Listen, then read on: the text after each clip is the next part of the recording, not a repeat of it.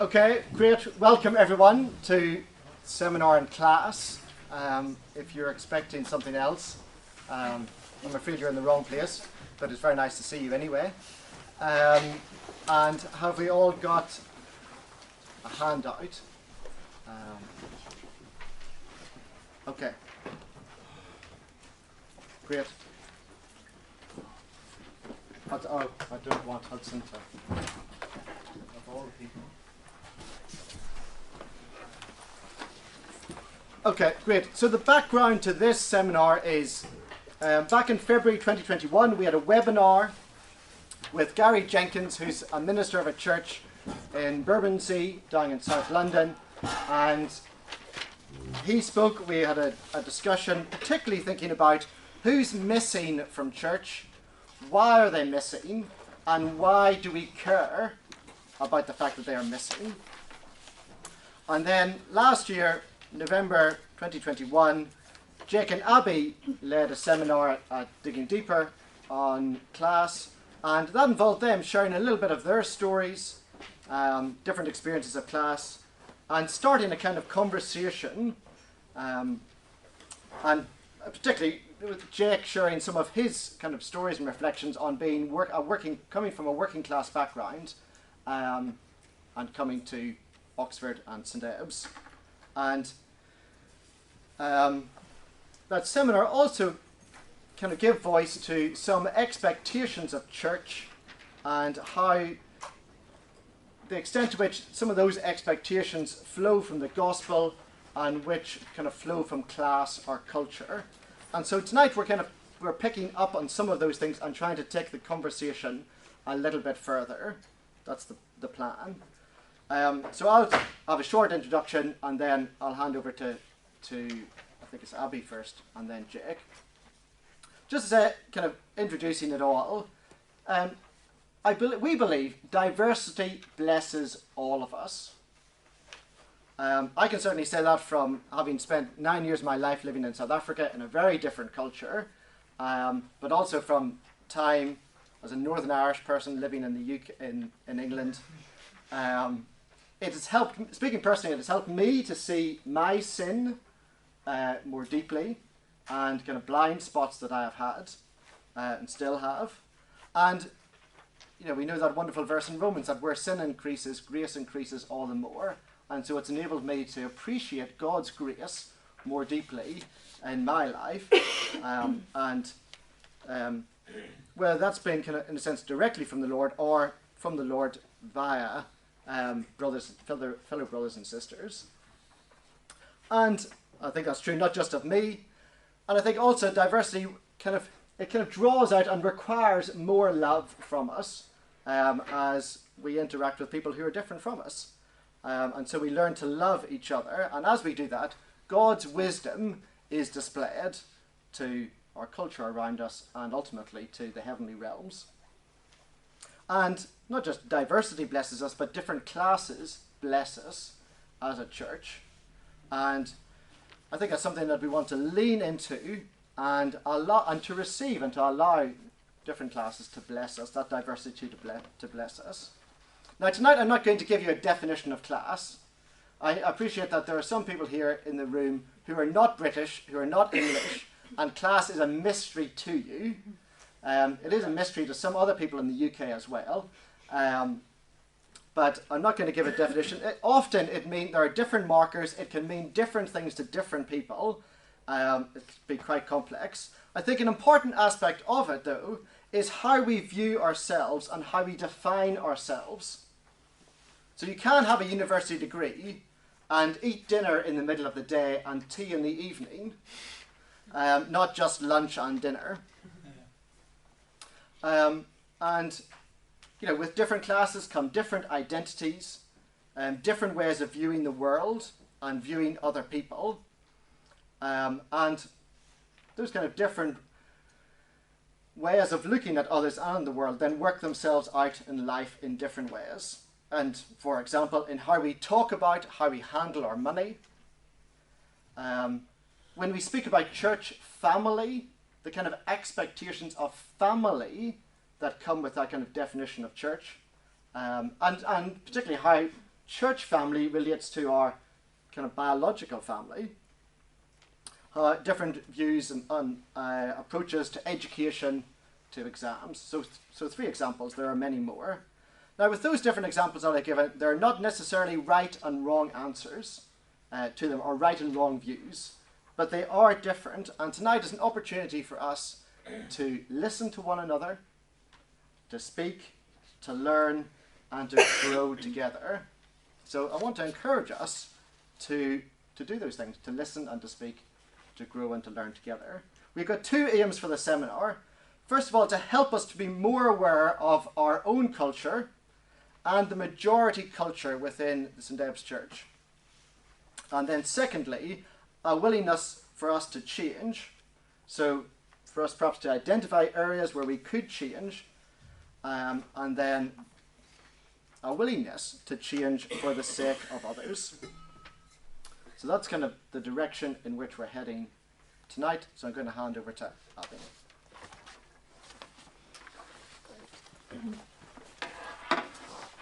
Great. So if you're following the very detailed handout, this is the resources section. The Bible word probably we should have gone for is the body image that Paul uses at various points in the New Testament.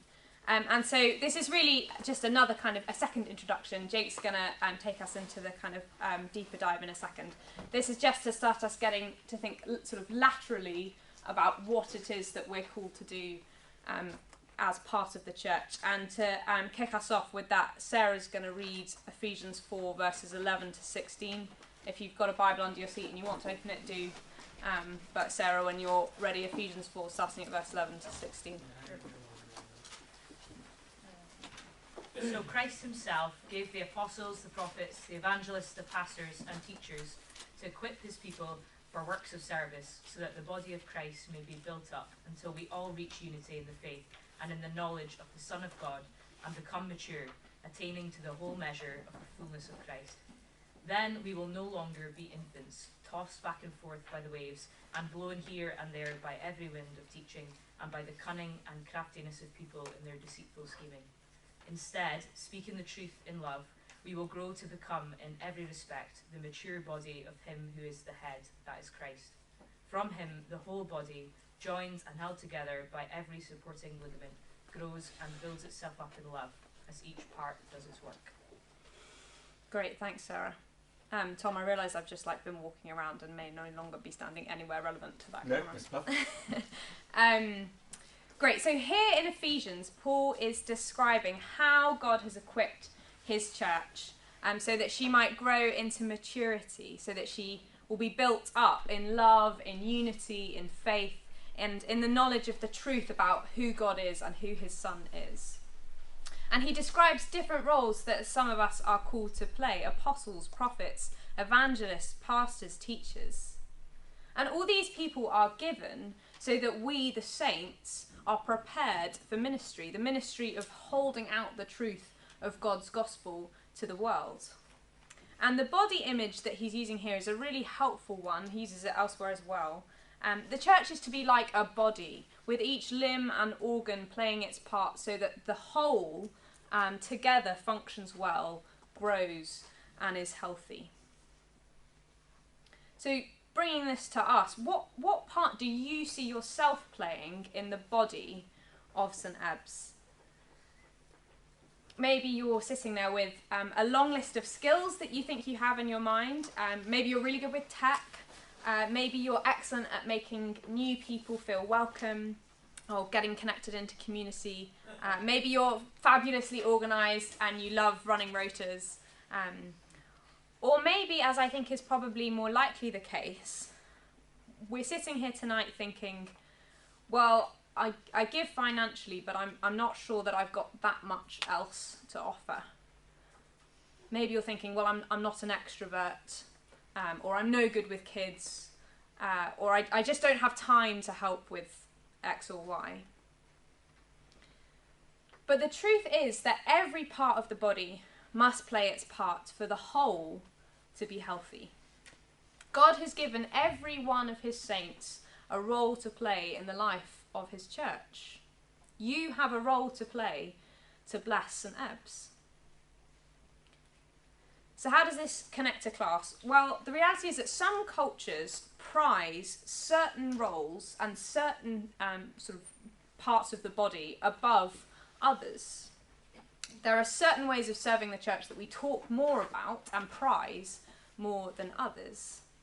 And when there is a dominant culture, which we're going to think a bit more about in a second with Jake, when there is a dominant culture in a church, as there is in all churches, this means that as members of the church, we feel sort of automatically pulled towards some areas of service more than others. We might not necessarily look down on others, but we're just automatically going towards some. And Ebbs is a church with a lot of resources in some areas, and in other areas we really lack. So we managed to raise a load of money to buy the rectory building, but historically most of the kids, youth and student teams are desperate for leaders every September. So we're going to turn into our groups in a second to think a little bit more about what part we may be being called to play. And so we're going to use these topics, these areas that are listed on the sheet. And the aim is to help us all to consider whom God has made us to be and what he has given us in the broadest possible sense to serve the church. Because church is not something that we come to on a Sunday, it's not a building we walk into or a service we sit through. We are the church. The church is the people, the body of Christ.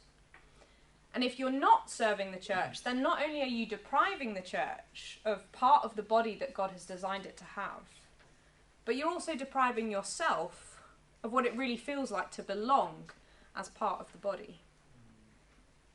So, glance over those topics that I've listed and turn into your groups, and you might like to just sort of list by each of them what you think you have in each of those areas. So passion, skills, money, time, space, they should be sort of self-explanatory. Space is perhaps the most ambiguous one. By that we just mean any area, literal space that you have kind of control or authority in, maybe your home, maybe your room in college, whatever it is that you might be able to use for church. So you, if you work like me, you might like to spend a sort of 30 seconds in silence, jotting down all the different things that you think you have, and then share as a group. And as you share, when you hear something that you think, oh, I hadn't thought of that, or I don't have that, start to ask yourself, why? Why do they think that they have that and I don't? And the point is not to be comparative and think, oh, they have loads more of that than I do. It's to start us thinking more diversely about what we have been given and how we're called to use it. So when you hear something that you wouldn't necessarily have listed, ask yourself, could I do that? And if not, why not? And if I can't, can I adapt it and make it more unique to who God has made me to be? So I'm going to turn you into the groups now, and however you want to do it, we'll have a few minutes and then we'll come back together and hear where we've got to. So by dominant culture, what we mean are sort of the loudest voices and therefore the most influential voices in what we do and how we do things. And the reality is that every group has a dominant culture. That means every business, every organisation and every church will have a dominant culture. And so that means that we at St Ebbs have a dominant culture. The question we need to ask is, what is our dominant culture as a church? What makes it up? And what's feeding into it? And so we're going to go straight back into those groups and hold on to those categories of passion, skills, money, time and space. And think about how our attitudes towards those things shape our culture. Shape our own, like ourselves, our own sort of dominant cultures, as it were, but also as a church family. How do our attitudes towards those things shape our culture? We'll maybe chat about that for 7 or 8 minutes, and then we'll feed back. We won't go around systematically everyone, but if you want to feed back, then do, and then we'll move on to think about a few more things after that. So yeah, back into those groups, 7 or 8 minutes. How do our attitudes towards those things shape our dominant culture? stop there. As I said, we won't go around systematically, but if there are particular things that people think would be helpful to share, then please do shout them out. Any thoughts across the room? So we were having a discussion about my experience. I get the impression that most people at EBS have a university degree or a professional qualification of some description, which in turn I think has pushed more the way that we learn at EBS in terms of our Bible, like our sermons and what have you, become very academic. But it squashes those that have another way of thinking, which is more vocational and much more life application based. And I think it would be really good to see more of that across all the services and not just one or two. Great. Particularly for me, it's squashed me a little bit because I used to think like that. I can't think like that anymore. Sure. That's really helpful. No, thank you for sharing that. Thank you. Any other thoughts across the room?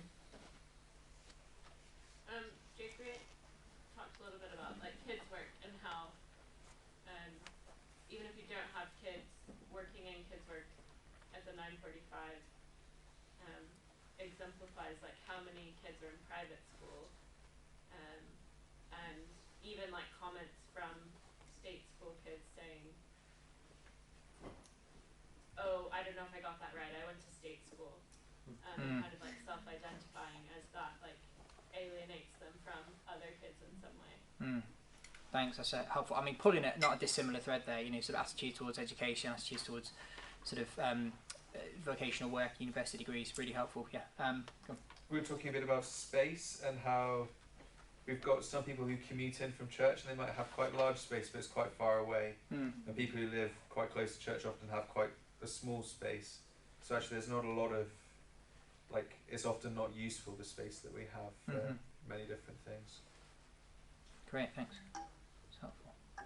Yeah, thanks. Yeah, just talking about also that it's a student town as well, so you have quite a few young people, and that creates a certain dynamic as well.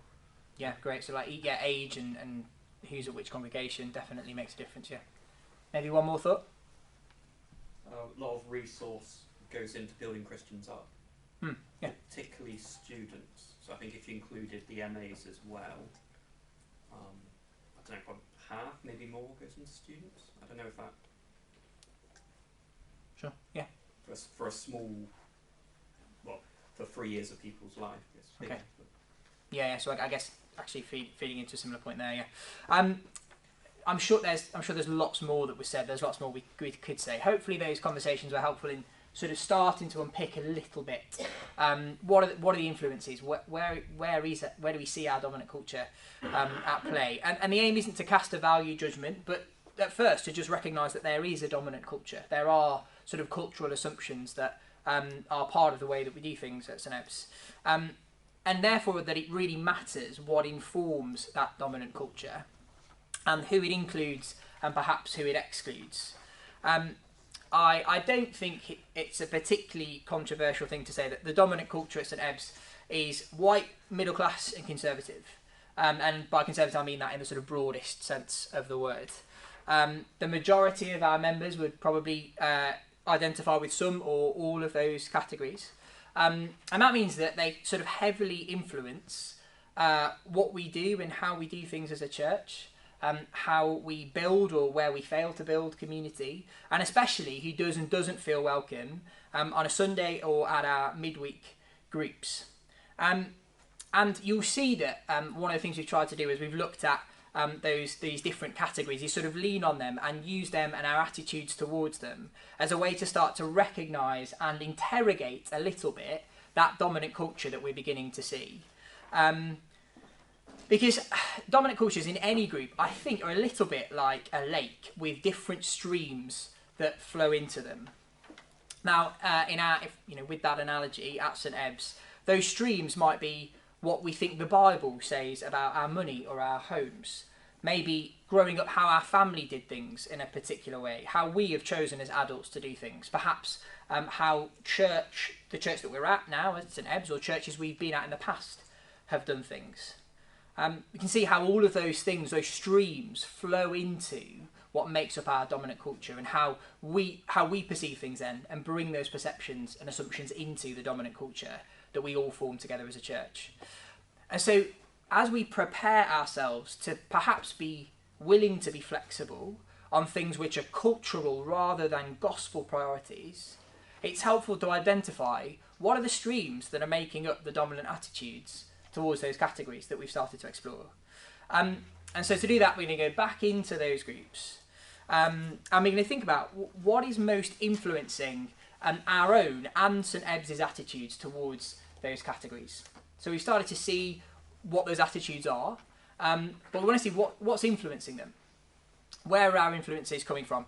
A helpful starting point might be to consider 4 areas. The Bible, class, history, and by history I just mean how things have previously been done, and family.